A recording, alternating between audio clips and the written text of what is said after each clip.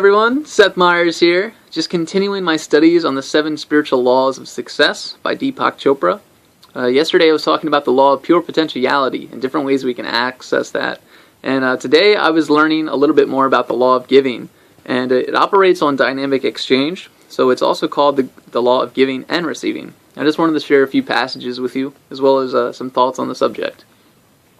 Your body is in dynamic and constant exchange with the body of the universe. Your mind is dynamically interacting with the mind of the cosmos. Your energy is an expression of cosmic energy. The flow of life is nothing other than the harmonious interaction of all the elements and the forces that structure the field of existence. This harmonious interaction of elements and forces in your life operates as the law of giving, because your body and your mind and the universe are in constant and dynamic exchange. Stopping the circulation of energy is like stopping the flow of blood. Whenever blood stops flowing, it begins to clot, to coagulate, to stagnate. That is why you must give and receive in order to keep wealth and affluence or anything you want in life circulating in your life. And he goes on to talk about money and material wealth and how that has life energy behind it as well. If all we did was hoard the money that we earn in our life, then it wouldn't really be serving any purpose. It would just kind of be sitting there. But if we decided to keep the circulation and the flow going, for instance, if we went to the grocery store and we decided to purchase some food, that would provide nourishment for ourselves, but it would also give the store a means to pay its employees, pay for stock, and keep up with expenses.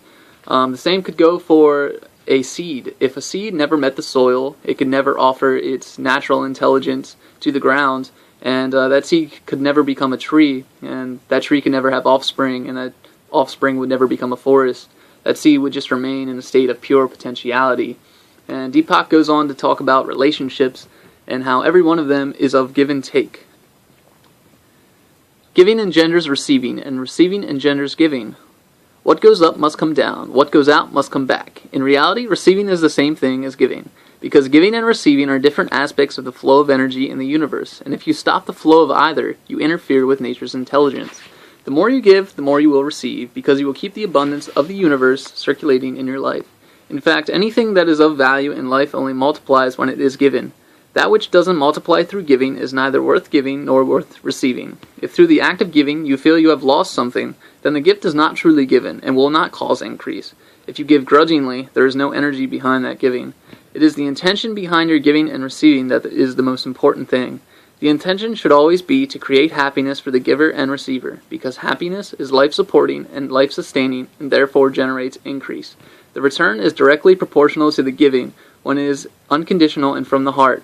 That is why the act of giving has to be joyful. The frame of mind has to be one which you feel joy in the very act of giving. Then the energy behind the giving increases many times over. So that is to say, when we give with expectations of receiving something, we're not truly giving of ourselves. Or when we give grudgingly, when we don't really want to give, then there's no energy behind that. But when we give for the pure joy of giving of ourselves, life has a magical way of bringing that full circle. And the things that we give, they don't necessarily have to be material. You can offer a smile, a compliment, or just silently wish them a prayer, or send them some positive vibes so that they experience happiness, joy, and laughter in their life. And some other non-material gifts we can offer is caring, attention, affection, appreciation, and love. They're some of the most precious gifts we can give, and they don't cost a thing. And there was a few ways that we can apply this law of giving. Wherever I go and whoever I encounter, I will bring them a gift. That gift may be a compliment, a flower, or a prayer. Today I will give something to everyone I come in contact with.